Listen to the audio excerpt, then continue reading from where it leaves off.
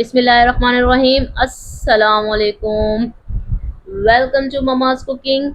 आज हम बनाने लगे हैं जो रेसिपी बहुत ही स्पेशल और धमाकेदार बिरयानी है, जो कि हर इवेंट की जान होती है। हर बंदा इसको पसंद करता है। इसको हम इतने स्पेशली तरीके से बनाएंगे कि हर बंदा इसकी तारीफ करेगा।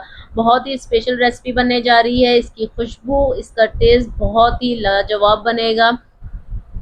आप इसे लाजमी ट्राई कीजिएगा और इंशाल्लाह आपकी बिरयानी भी बिल्कुल ऐसे ही बनेगी। बहुत ही इजी और स्टेप्स हैं जिसमें आप अपनी बिरयानी को इसी तरीके से रेडी कर सकते हैं। कुछ टिप्स हैं जिसे आप जानकर वीडियो को अच्छी तरीके से देखिएगा, आपको पता चलेगा कि कितनी इजीली जो है आप भी इसे तैयार कर सकते हैं।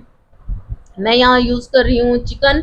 1 किलो मैंने चिकन ले लिया है। आप जो है कोई भी गोश्त यूज़ कर सकते हैं, मटन ले लें, बीफ ले लें, लेकिन उसको आपने अच्छे तरीके से पहले वॉश कर लेना है। सिरका डाल के वॉश कर लें 1 चम्मच, तो उसकी स्मेल जो है गोश्त की ख़त्म हो जाएगी।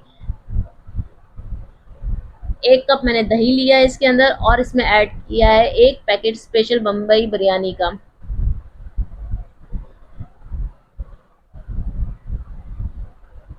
अगर आप मटन या बीफ यूज़ करेंगे तो उसको तकरीबन, या तो आप उसको पहले बॉईल कर लें, 80% उसको बॉईल कर लें और फिर इसको ऐसे मैरिनेट कर लेना है, या तो आपने इसको 2 घंटे पहले जो है मैरिनेट करके रखना है। यहाँ पे मैंने 2 से 3 चम्मच जो है लहसुन अदरक का पेस्ट ऐड किया है।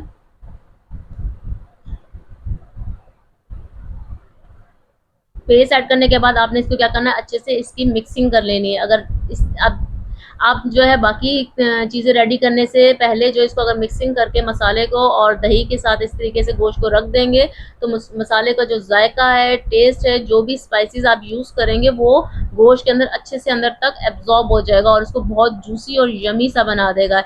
इसलिए हम लोग क्या करेंगे, पहले से मसाले को गोश्त पे लगा के इसको 10 से 15 मिनट के लिए छोड़ देंगे।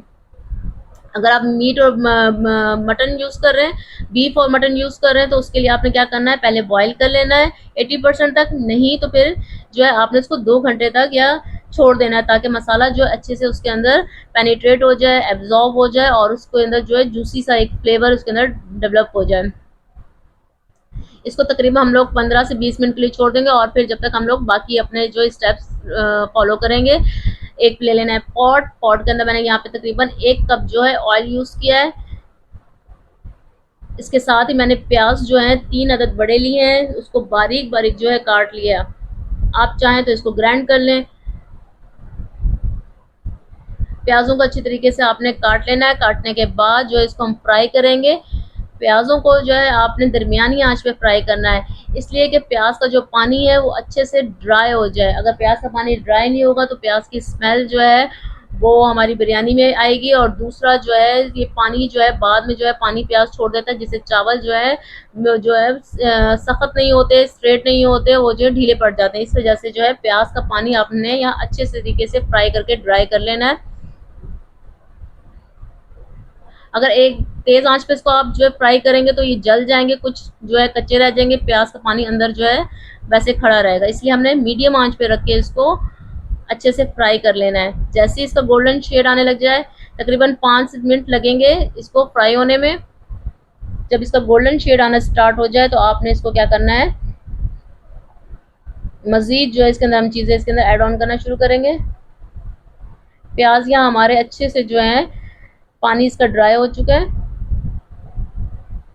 इस कंडीशन पे आके जब आपके प्याज जो है रेड गोल्डन से हो जाए, तो इसमें हम लोग टमाटर ऐड करेंगे। आप टमाटर का चाहें तो पेस्ट जो है बना लें, क्योंकि वो अच्छे से जो है जल्दी जो है गल जाएगा। मैंने इसमें क्या किया, 3 अदर टमाटर लेके उसका पेस्ट बनाया और पेस्ट बना के इसको मैंने इसमें ऐड कर दिया। प्याज जब गोल्डन हो गए, अच्छे से इसको पका लेना है, इसको फ्राई कर लेना है ताकि टमाटर का पानी जो है वो पक जाए। यही छोटी छोटी मिस्टेक्स होती हैं जिसकी वजह से बिरयानी जो है वो जो है दब सी जाती है और वो चावल का दाना जो है अलग अलग नहीं दिखता। कि टमाटर का पानी, प्याज का पानी जो होता है बाद में वो पकने के बाद वो छोड़ देता है और चावल जो है हमारा बैठ जाता है। टमाटर को अच्छी तरीके से हमने भुनाई करनी है और इसका पानी जो है खुश्क कर लेना है। जैसे ही इसके ऑयल जो है ऊपर आने लगेगा तो हमारा टमाटर का पानी जो है पक चुका होगा और तेल जो है हमारा ऊपर आ जाएगा। यहाँ पे हमारे टमाटर की जो बुनाई कंप्लीट मुकम्मल हो चुकी है।